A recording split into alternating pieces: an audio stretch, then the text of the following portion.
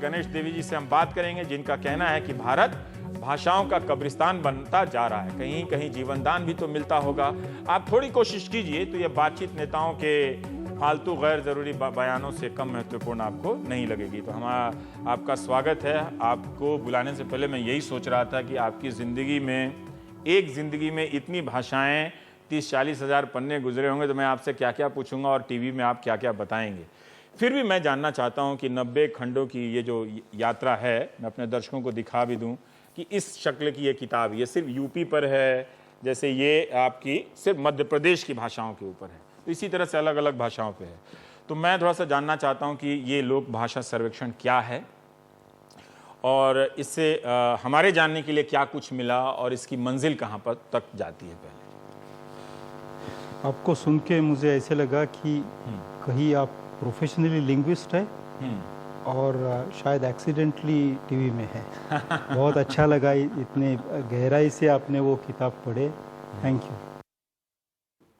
लगभग 2-3 सदियों में पिछले ऐसे माना गया था कि कभी शुरुआत में एक ही भाषा होगी और उससे बहुत सारी भाषाएं निकली है।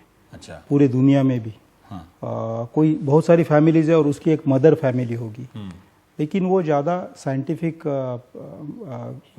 मानना नहीं है, क्योंकि भाषा जो निर्माण होती है ज़मीन से होती है। भले कोई ओके जैसा एक्रोनिम कभी स्थिर हो जाए, लेकिन वो भी जल्दी चला। एक्रोनिम्स का क्वालिटी है कि वो जल्दी चले जाते हैं, भूल चले जाते हैं, आते हैं, चले जाते हैं। क्यों उसका जो न्यूरोलॉजी में जितने न्यूरॉन्स भाषा को पकड़ने के काम करते, 8500 करोड़ जितने भगवान हम मानते, उससे 100 गुना ज़्यादा न्यूरॉन्स भाषा के लिए दिमाग में काम करते हैं। और वो शब्द पकड़ते सिग्निफिकेंस वाले, लेकिन शब्दों के छवि को कभी नहीं पकड़ सकते। टेम्पररी मेमोरी में रहते हैं और टेम्पररी मेमोरी जैसे चली गई तो एक्रोनिम्स गिर जाते हैं। इसलिए एक्रोनिम से भाषा का कोई लेना देना खास नहीं है। वो जैसे कभी कभी बॉइल्स आते हैं हमारे शरीर पे इधर उधर, ऐसे एक्रोनिम्स वही एक्रोनिम है जैसे उससे तो। लेकिन ये जो भाषा है, जब हम दूसरे जानवरों से इंसान बन गए तो नाखून, दांत, सींग वगैरह, हॉर्न्स, दूम सब चली गई, तो भाषा ये हमारा शस्त्र बना जो चित्त और विश्व के बीच में संबंध रखता है। और हमने ओरल आवाज की, ध्वनि की भाषा ले ली। बाकी अन्य जानवरों ने आँख से या कभी कभी त्वचा से, टर्माइट होता है वो त्वचा की भाषा इस्तेमाल, स्पर्श की भाषा इस्तेमाल करते, उनकी भाषा भी बहुत डेवलप्ड है।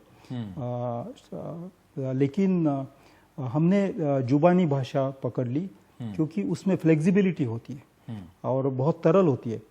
और अभी तक ये संतोष मुझे बड़ा है कि जल पे, पानी पे, जमीन पे टैक्सेस लगे हैं, हवा पे भी है। भाषा पे अभी तक टैक्स नहीं है। लेकिन अभी भाषा पे एक नौबत आ रही है, उसकी बात मैं करूँगा। भारतीय भाषाओं का सर्वे करते समय ये देखना जरूरी था कि और कौन से देश है जहाँ बहुत सारी भाषाएं है। तो ऐसे 3 देश है, नाइजीरिया, इंडोनेशिया और Papua New Guinea. Papua New Guinea में माना गया है कि 1100 भाषा थी 1960 में। नाइजीरिया में 800 भाषा की बात हुई थी और इंडोनेशिया में लगभग 500-600। 2011 में मैंने Nigeria, Indonesia, Papua New Guinea के कुछ दोस्तों को बुलाया। उन्होंने कहा कि 1100 में से अब 100 भी बची नहीं है। नाइजीरिया में वही स्थिति, इंडोनेशिया में वही स्थिति। हमारे देश में बिल्कुल उसी स्थिति में आने की तैयारी में हम सब जुड़े हैं। मैं ये इसलिए कह रहा हूँ, 1961 यानी 50 साल का दायरा, 1961 कंसेंसस आया तो उसमें 1652 मातृभाषाएं का नाम दिया गया था। फिर 10 साल के बाद बांग्लादेश वॉर हुई, जब तक स्टैटिस्टिक्स 71 में गिनती हुई, लेकिन उसका स्टैटिस्टिक्स 76 में आया। बांग्लादेश के वॉर के बाद ये हमारे देश ने तय किया कि बहुत सारी भाषाएं दर्शाना अच्छा नहीं, क्योंकि उसमें अलगावता, अलगवाद निर्माण हो सकता है। ये राजनीतिक फैसला, राजनीतिक 10,000 कम से कम 10,000 बोलने वाले होने चाहिए, नहीं तो भाषा का नाम तो राष्ट्र को संकट हुआ कि बहुत ज्यादा भाषाएं दिखाएंगे तो बहुत ज्यादा क्षेत्र समझे जाएंगे और वो बहुत ज्यादा विविधता भी ना हो। हाँ, और ये है कि एक भाषा के होने के लिए दो बोलने वाले कम से कम हो तो भाषा जिंदा रह सकती है। एक बोलने वाला भी भाषा जिंदा रख सकता है। मैं आपको एक एग्जांपल देता हूँ। 26 जनवरी 2010 में 85 उम्र की एक औरत महिला, वृद्ध महिला अंडमान में मर गई। वो बो कम्युनिटी से, बो भाषा का नाम बो, था। अच्छा। और वो अंतिम महिला थी उनकी भाषा बोलने वाली। ये इस भाषा का इतिहास 65,000 ईयर्स का था। इस भाषा में ऐसे शब्द थे कि सुनामी कब आती है तो उनको पता चलता था। इसलिए सुनामी जब आई तो अंडमान के कोई आदिवासी मरे नहीं, एक भी आदिवासी अंडमान का, क्योंकि उनके भाषा में सुनामी जानने के लिए, एंटिसिपेट करने के लिए तरीके हैं।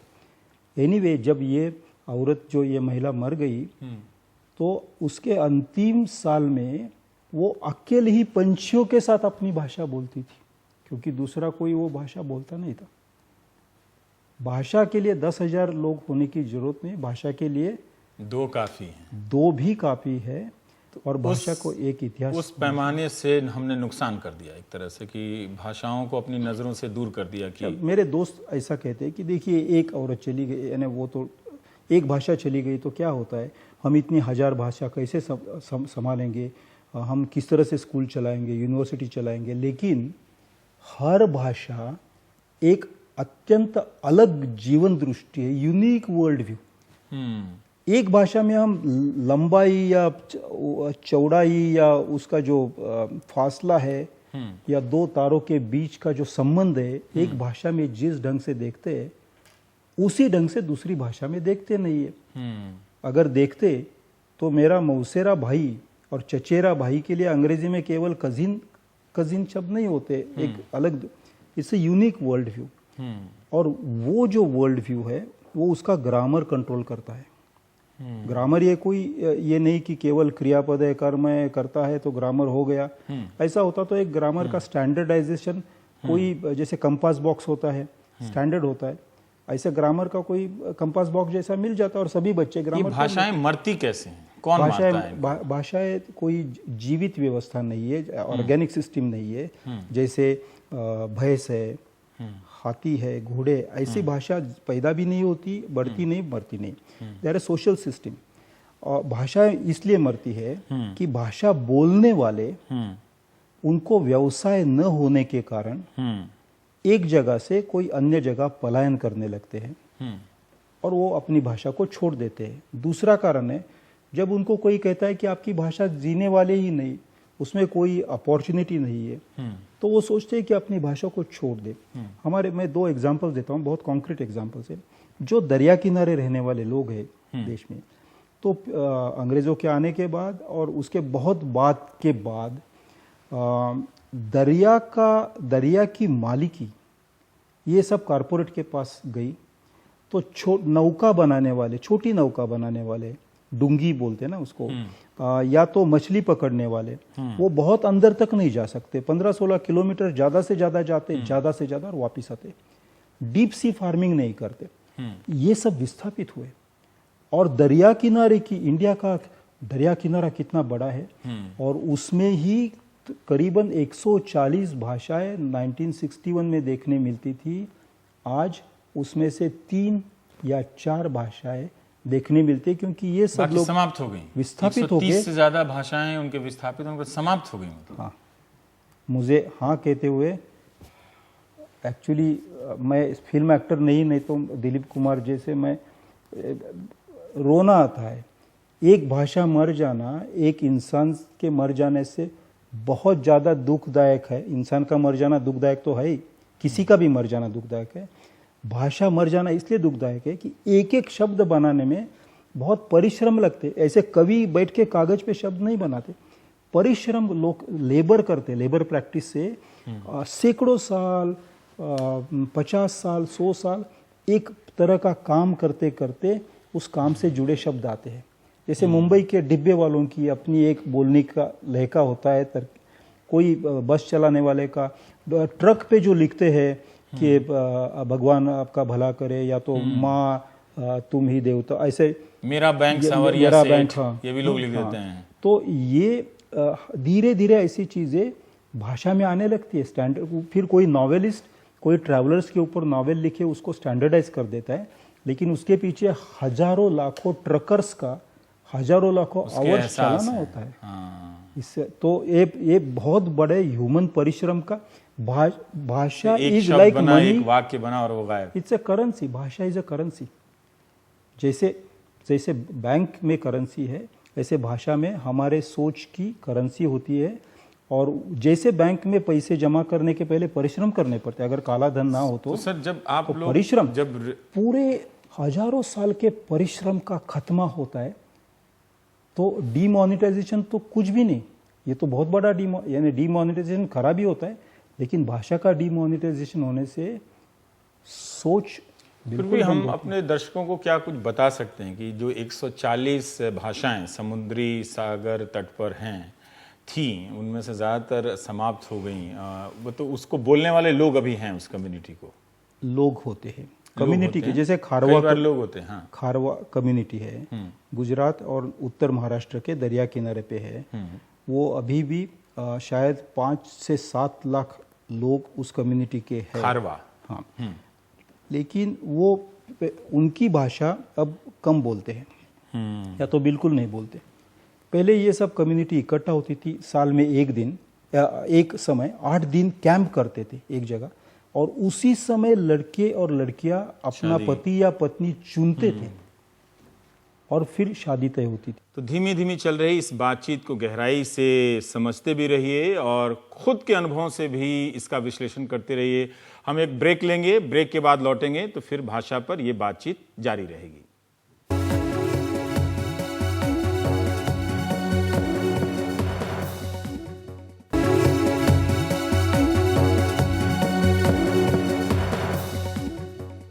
सर, हम आपने जैसे कहा कि भाषाओं के मरने की जो बात है आपके लिए बहुत तकलीफ़देह बात है, लेकिन मैंने शुरुआत ही इसी बात से की कि हम उस एहसास को समझने के लिए ट्रेंड नहीं, प्रशिक्षित नहीं है, महसूस करने के लिए कि समुद्र के किनारे एक भाषा मर गई तो क्या चला गया। नहीं, हम ट्रेंड तो नहीं है, लेकिन इसका जो दर्द है वो हर दिन हमारे जीवन पे, शरीर पे, जीभ पे लिखा जाता है। मैं कैसे आपको बताता हूँ। जैसे जिनकी छोटी छोटी भाषा है उनके लिए मातृभाषा में शिक्षा नहीं है। हमारे देश में भाषावार प्रांत रचना बनी, तो जब भाषावार प्रांत रचना बनी, state linguistic state reorganisation commission 1954 वगैरह से, उसमें यह तय हुआ जिस भाषा को लिपि है, जो मुद्रित है, जिसमें प्रिंटेड मटेरियल है, उस भाषा को स्टेट दे दीजिए। जिसमें नहीं है प्रिंटेड मटेरियल, अब राजस्थान और गुजरात के बॉर्डर पे एक गरासिया नाम की भाषा है और उसमें 4 महाकाव्य, 4, उसमें महाभारत, हमारे महाभारत से बिल्कुल अलग। उसमें अर्जुन हीरो नहीं है, उसमें वासुकी हीरो है। उनका और 3-4 एपिक्स है, तो मैं उसको बड़ी भाषा मानता हूँ। एपिक होना, महाकाव्य होना, यानी भाषा बड़ी है, लेकिन लिखित नहीं थी। तो ऐसे गरासिया के लिए कोई स्टेट की रचना लिंग्विस्टिक स्टेट रीऑर्गेनाइजेशन में नहीं हुई।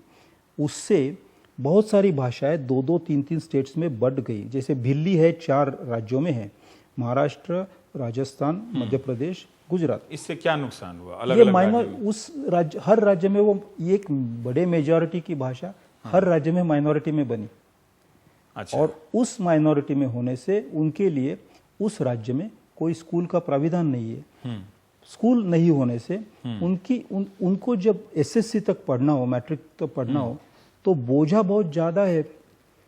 उनका दिमाग, इतनी भाषाएं बच्चों के लिए, इतनी भाषाएं सीखने का जो कंपल्शन, पनिशमेंट जैसा है, और उससे वो पीछे स्कूल ड्रॉपआउट्स का नक्शा और छोटी भाषाओं का ज्योग्राफिक नक्शा अगर हम निकाले कभी बैठ के, तो आइडेंटिकल है। जितने जितने एरिया से ज़्यादा स्कूल ड्रॉपआउट्स है, 60% से ज़्यादा, जहाँ भाषा खत्म हुई या तो उसको नकारा गया, ऐसे है। मैं दूसरे थोड़े अलग एक एग्जांपल देता हूँ। आप सवाल पूछना चाहते हैं उसके पहले, मुंबई और दिल्ली के जिक्र आपने किया कि उसमें कितनी बार, तो मुंबई में लगभग 300 भाषाएं, एक्टिव भाषाएं हैं। मुंबई में 300 एक्टिव भाषाएं हैं। हाँ, अब बताइए। अब हमने तो टोरंटो को बीबीसी हिंदी ने लगा टोरंटो को 140 भाषाएं, तो बड़ी खबर है। तो हम नहीं जानते थे कि 300 भाषाएं हैं मुंबई। हाँ, मुंबई में गुजरात की 40 भाषाएं सभी बोली जाती है, महाराष्ट्र की 52 लैंग्वेजेस 52 भाषाएं बोली जाती है, कर्नाटक की 16 भाषाएं मुंबई में बोली जाती है, भोजपुरी बहुत बड़े पैमाने पे। ये कहाँ बोली जाती है? तो क्या लिखी मौखिक? वो व्यवसाय करने के लिए वहाँ पहुंचे, व्यवसाय करने के लिए वहाँ पहुंचे, वहाँ उनको व्यवसाय मिला, अपनी भाषा साथ में लेके गए। 300 भाषाएं। हाँ। अब आपने भोजपुरी का जिक्र किया, तो आप कह रहे थे कि बहुत सारी भाषाएं जिनकी स्क्रिप्ट नहीं थी, उनके आधार पर राज्य नहीं बने। वैसे सारे राज्य तो भाषा के आधार पर नहीं है, तो वहाँ भी तो भाषाएं अपनी तरीके से बची होंगी, हम नहीं जानते, आप बता सकते हैं उसमें। लेकिन फिर भोजपुरी में इतना वाइब्रेंट क्यों रहा? अभी देखिए, शाहरुख खान अभी बनारस गए थे, तो वो भोजपुरी गानों पर वो डांस कर रहे थे और समझने का प्रयास कर रहे थे। तो भोजपुरी कैसे जिंदा रही? भोजपुरी केवल जिंदा ही नहीं, भोजपुरी पूरे दुनिया में, I am saying this in the most considered way, सबसे रैपिडली डेवलपिंग भाषा है भोजपुरी। मेरी मातृभाषा। हाँ, दुनिया की सबसे तेज विकसित होने वाली भाषा है। और उसमें म्यूजिक है, हाँ, सिनेमा है, उसमें फिलोसफी है, ओरल ट्रेडिशन में। हाँ, भोजपुर में इतना विजडम है। भोजपुरी लोग एंटरप्राइजिंग है, और भोजपुरी उनको व्यवसाय भी दिला रही है अभी।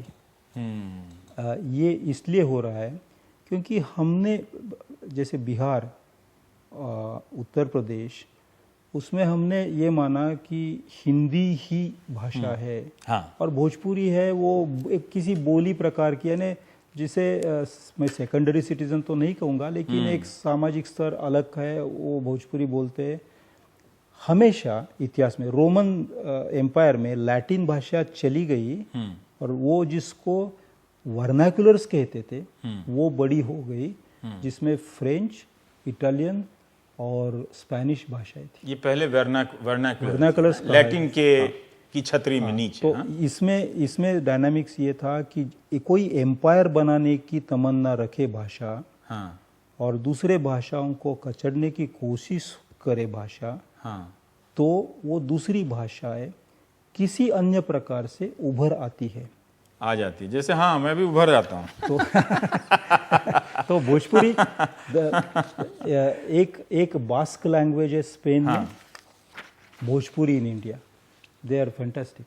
तभी आपने लिखा है कि शक्तिशाली शासकों के समर्थन से कुछ अत्यधिक भाषाएं खंडित हो गईं और सत्ता के प्रभाव में कुछ नई भाषाओं के उभरने का अवसर मिला। मैं इसके बारे में थोड़ा सा जानना चाहता हूँ। 11वीं सदी में हाँ, हमारे देश में महाराष्ट्र में मराठी, हाँ, गुजरात में गुजराती, ये प्राकृत, पश्चिमी प्राकृत, पाली, हाँ, संस्कृत, उसके संयोग से कश्मीरी, हाँ, पंजाबी, पूरे इंडो आर्यन भाषा, और दक्षिण में तमिल से फिर मलयालम और तेलुगु। कन्नड़ तो अपने आप पैरेलल चल रही थी तमिल के साथ, उसके बारे में विवाद है। ये आई, ये इसलिए आई क्योंकि उस समय इंसान को भगवान रिक्लेम करने की तमन्ना निर्माण हुई। उन्होंने ईश्वर का मानवीकरण किया, ह्यूमनाइज किया भगवान को, कि तू मेरा सखा है, मेरा दोस्त है, मेरा बंधु है, मेरा बाप है, मेरी बेटी है। ये तो एक हुआ था हमारी देसी भाषाओं का विकास होने का कारण। बिल्कुल उसी तरह का उसी समय यूरोप में हुआ था, लेकिन वहाँ भगवान ये कारण नहीं था, वहाँ एम्पायर ये कारण रहा था। तो इससे कंक्लूजन ये निकल सकता है कि 11वीं 12वीं सदी में कुछ टेक्नोलॉजिकल परिवर्तन आए, और उसमें सबसे बड़ा परिवर्तन था कि कागज का इस्तेमाल यूरोप से लेके एशिया तक स्थिर हो गया।